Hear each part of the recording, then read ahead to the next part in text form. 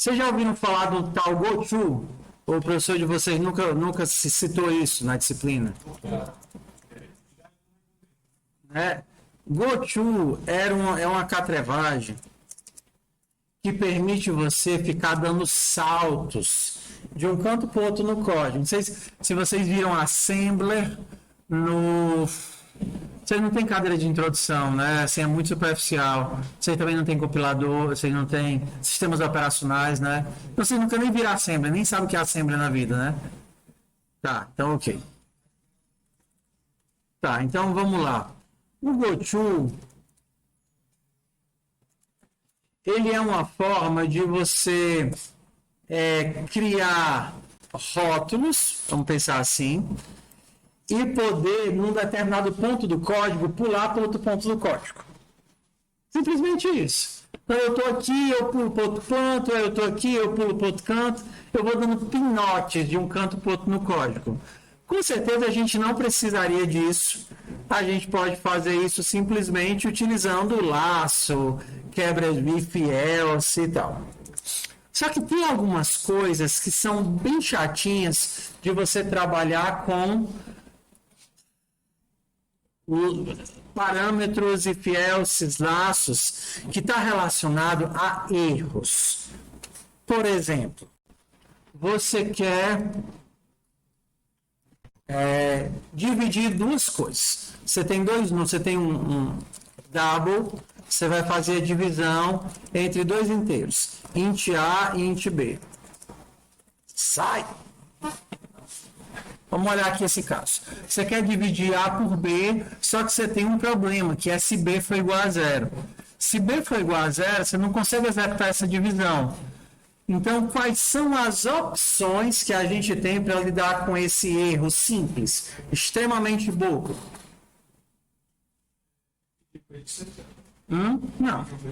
Não dá. Impedir o parâmetro não dá. Você tem que, de alguma forma, fazer a computação e avisar se ela deu certo ou não. Com as ferramentas que a gente tem, dá para fazer isso. Quais seriam as opções?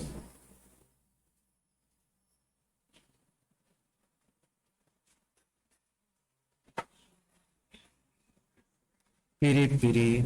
Eu vou dar algumas assim comuns que a gente usa em C, tá? Primeira delas, que vem lá do C, seria essa gambiarra aqui, ó. Int result. Eu vou gravar o resultado aqui. Isso aqui vem lá do C, tá? E aqui eu vou avisar se deu certo. Tá vendo aqui, ó? Eu vou gravar o resultado aqui e aqui eu vou avisar se deu certo. Se B for igual a zero, eu retorno falso. Se B for diferente de zero, em result, eu vou colocar A dividido por B e eu vou retornar true. Tá vendo aí a construção como é? Então, como é que ficaria aqui a nosso... Eu teria o A com o valor de 5, o B com o valor de 4, e aí eu tenho o resultado. E se por acaso eu conseguir fazer a divisão, eu imprimo o resultado.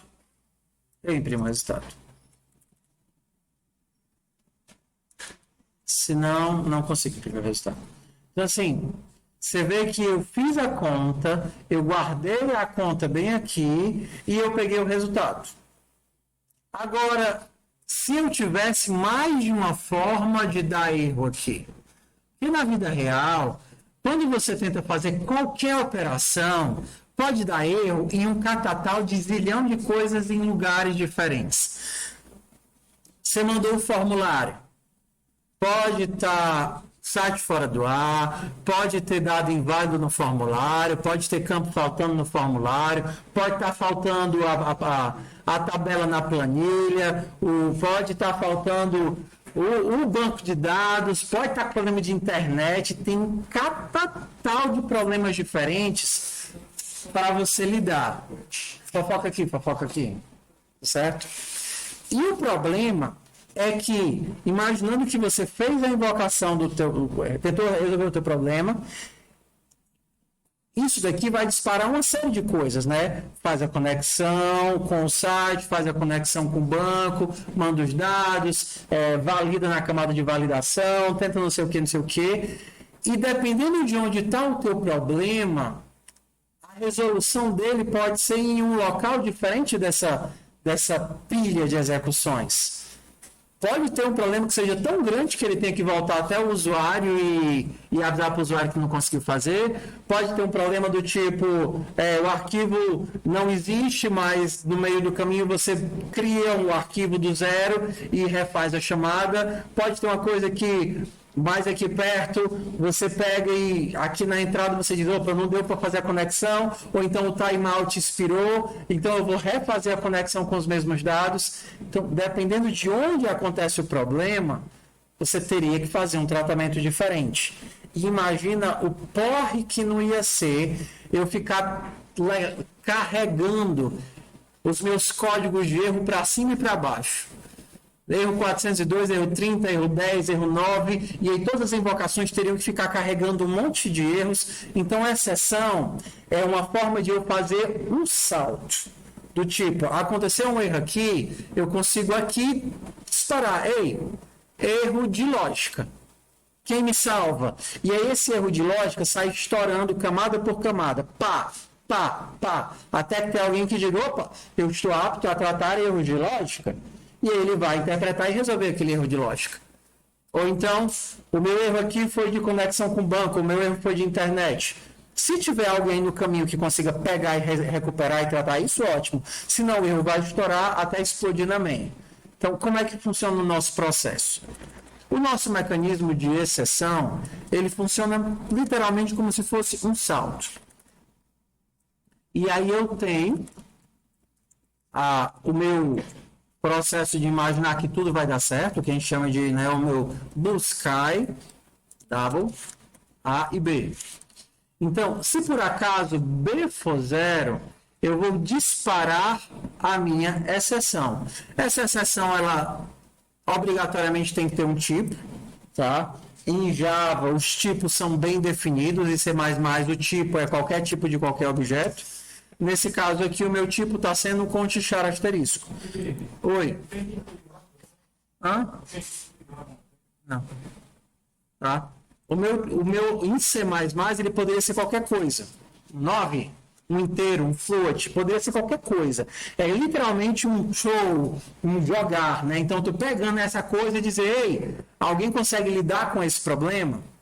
Então, existem erros, né, nomeados. Né, std logic error. Um erro de lógica, std value. Não, como é? Index.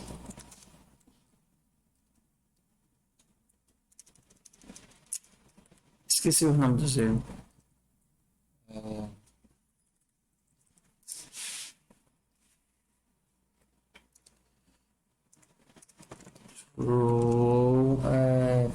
Index out of range.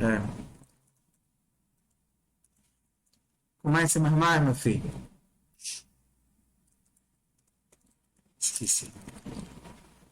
Out of range. Por exemplo, isso aqui é o que dispara quando você tenta acessar uma coisa num vector utilizando et e ele está fora dos limites. Ele dispara um negócio desse tipo aqui. Por que o tipo é importante? Porque a gente faz o tratamento de acordo com o tipo. Por exemplo, se eu lançar uma string, divisão por 0, tá vendo? O tipo que eu rebolei para cima bem aqui foi um string. O que é que vai acontecer? Se eu mandar imprimir o resultado, std cout, dividir A por B, e isso não der problema, sucesso. Vitel, show, ninja. 5 dividido por 4 vai dar... Pelo menos um deles eu tenho que converter. Double. 5 dividido por 4 é 1,25. Ok? Só que 5 dividido por 0 vai esfocar isso daqui bem aqui, tá? Isso daqui vai quebrar a minha função exatamente na linha 6, porque não tem ninguém que faça o tratamento aqui. Vai chegar aqui na main, bem aqui na linha 14, também não tem ninguém que faça o tratamento e vai esfocar na cara do usuário. Terminou depois do lançamento de uma exceção do tipo string. Só que a gente tem como fazer o tratamento, que seria, sabe aquele negócio seja, aqui a gente não tem, né? Dá o nome daquele esporte que taca o beisebol, né? Eu queria, não conseguia sair beisebol. Que tem o cara que arremessa a bola, tem o cara que taca não é porrete, não. Taco na o taco na bola. E tem o outro doidinho que fica ali para levar a bolada. Como é que é o nome do cara que fica ali? É o catcher, né? É o cara que pega a bola. Você vê que ele fica ali no ponto de pegar a bola que vai na direção dele. Se a bola for na direção dele, ele pega. Então, esse processo de ficar ali esperando receber a bolada é o que a gente chama de bloco try-catch. Então, o try é onde pode acontecer a bolada, entendeu? E o catch é o que eu faço se eu receber essa bola.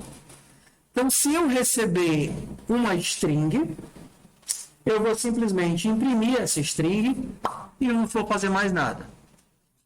Então, na hora que eu tento fazer o dividir, que ele lança a exceção, ele quebra na linha 6 e pula fora. Aí ele chega bem aqui. Ele quebra na linha 15 e tenta pular fora. Ele não executa a linha 16. Só que quando ele tenta pular fora, ele percebe que ele está num bloco try e ele vai tentar casar com catch. Opa, tem um catch de string, que são exatamente o meu tipo. E ele vai executar isso daqui e continua a vida normally.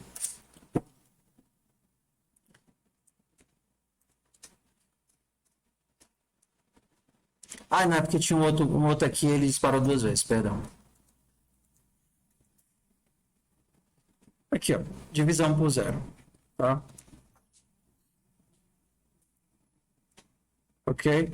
Por exemplo, se eu criar um vector e tentar pegar, vamos usar agora um que já existe. Se eu criar um vector, bem aqui, vector de int, vet, e tem os elementos 1, 2, 3, 4, 5. Se eu tentar fazer std cout vet.add na posição 9,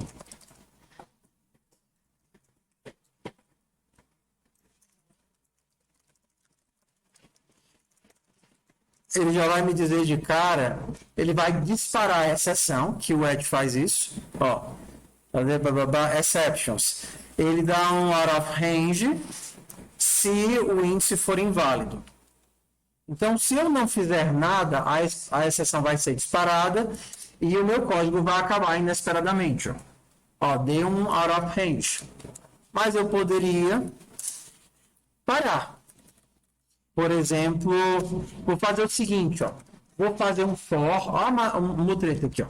Fazer um i igual a 0, sem ponto de parada e mais. Estão vendo aqui? I igual a 0, sem ponto de parada e mais. Vou imprimir ele na posição I. O que vai acontecer? Ele imprime para 0, imprime para 1, imprime para 2, imprime para 3, imprime para 4. 0, 1, 2, 3, 4. Quando tentar calcular o valor para o índice que não existe, ele vai disparar uma exceção. De que tipo? Out of range, né? E aí essa exceção, eu vou estar aqui no ponto de capturar. Vou dar um try. Vou colocar o meu for dentro do processo de captura. E aí eu vou dar um catch do out of range. E simplesmente na hora que terminar, eu poderia dizer que qual foi o erro, mas como eu já estou esperando, eu vou só dizer que nada, acabou. Não vou fazer nada. Então ele vai imprimir todos os elementos e vai parar quando disparar a exceção. 1, 2, 3, 4, 5. Quando disparou a exceção, eu simplesmente capturei para ele não estourar na cara do usuário e não fiz nada com ela. Para poder ver qual é a mensagem de erro da exceção, a gente tem esse what? Entendeu? Eu não sei quem inventou esse nome, né? Podia ser um toString, podia ser um ponto message, get message, what? E aí você tem a mensagem de erro. Ei, tu estava no vector, tu checou o limite e o máximo era 5.